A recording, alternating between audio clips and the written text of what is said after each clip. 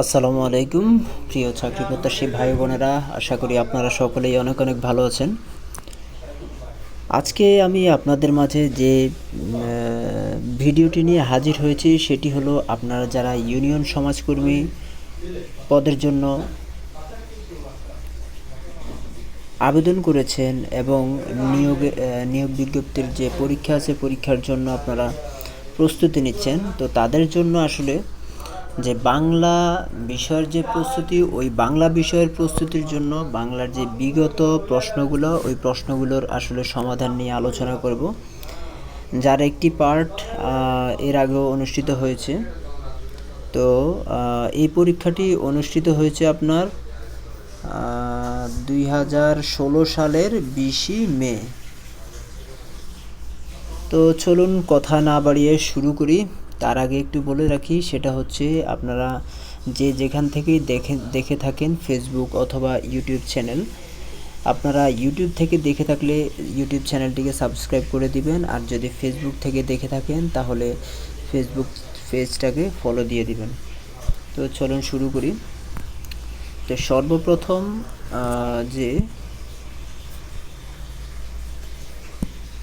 সর্বপ্রথম যে প্রশ্নটা, যে বাংলা ভাষায় এখানে ভাষায় হবে আকার, বাংলা ভাষায় যৌগিক স্বরধ্বনির সংখ্যা কয়টি? বাংলা ভাষায় যৌগিক স্বরধ্বনির সংখ্যা কয়টি? বাংলা ভাষায় যৌগিক স্বরধ্বনির সংখ্যা হচ্ছে 25টি। বাংলা ভাষার যৌগিক স্বরধ্বনির সংখ্যা 25টি এবং মৌলিক স্বরধ্বনি হচ্ছে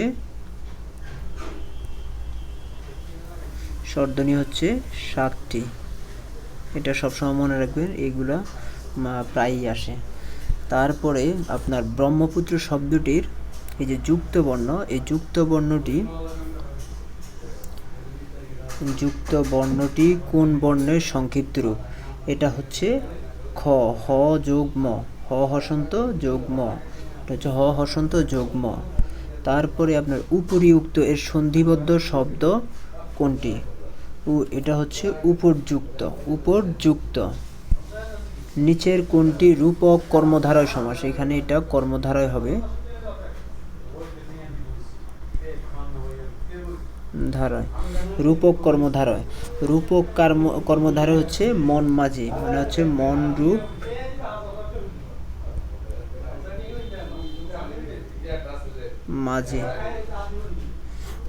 মাঝি, রূপক কর্মধারয় হচ্ছে মন মাঝি।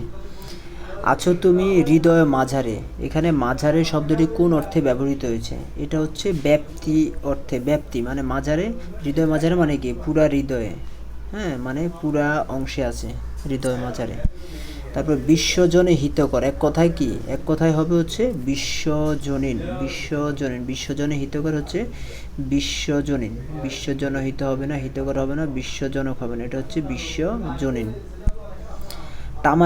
তামার বিষ বাগধারাটির অর্থ কি? তামার বিষ বাগধারাটির অর্থ হচ্ছে অর্থের কুপ্রভাব।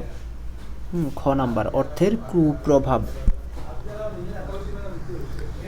একটি অপূর্ণ বাক্যের শেষে অন্য বাক্যের অবতারণা করতে কি চিহ্ন বসে? সেটা হচ্ছে,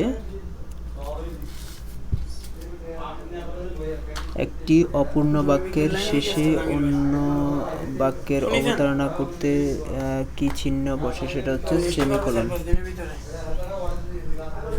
অন্ধবধূ কবিতা কোন পাখির চেঁচিয়ে সারা হওয়ার কথা বলা হয়েছে? অন্ধবধূ কবিতায় কোন পাখির চেঁচিয়ে সারা হওয়ার কথা বলা হয়েছে? অন্ধবধূ কবিতায় চোখ গেল পাখির সারা হওয়ার কথা বলা হয়েছে। তারপর বন্যেরা বনে সুন্দর, শিশুরা মাতৃক্রোড়ে, এটি কি? এটা হচ্ছে প্রবাদ। কাজী নজরুল ইসলামের প্রথম কাব্যগ্রন্থের নাম কি? কাজী নজরুল ইসলামের প্রথম কাব্যগ্রন্থের নাম হচ্ছে অগ্নিবীণা। প্রবাসের দিনগুলি গ্রন্থের রচয়িতাকে? প্রবাসের দিনগুলি গ্রন্থের রচয়িতা হচ্ছে মলয় খান। জাহানারা ইমাম হচ্ছে 71 দিনগুলি।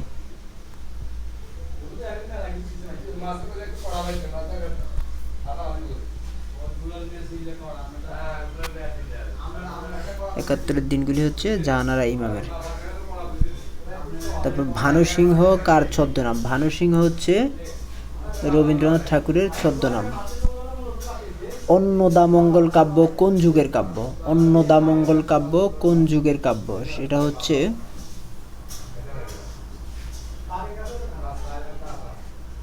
অন্নদামঙ্গল হচ্ছে মধ্যযুগের কাব্য।